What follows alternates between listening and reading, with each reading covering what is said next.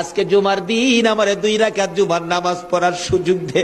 ও নবীর উম্মতেরা, নবীর আশিকেরা, হুসাইনের আশিকেরা গো, এই 2 রাকাত নামাজ জুমার নামাজ ছাইরো না, আমার নবীর শাফায়াত নসিব হবে না। রক্তে লাল হইয়া যদি হুসাইন 2 রাকাত জুমার নামাজ পড়তে পারে গো, আজকাল থেকে কথা দিতে হবে জীবনে কোনোদিন জুমার নামাজ ছাড়তে পারবা না। জুমার নামাজ আদায় করতে সময়টুকুন দিলে নামাজ শুরু করে দিলেন, রুকু সিজদার কাজ শেষ করে তাশাহুদে বসে সালাম ফিরানের আগ পর্যন্ত কাছাকাছি বসে বসে এই যদি সৈন্যরা নামাজের ভিতরে প্রত্যক্ষদর্শীরা বলেন এক একটা করে তীর মারে হুসাইনের গায়ে।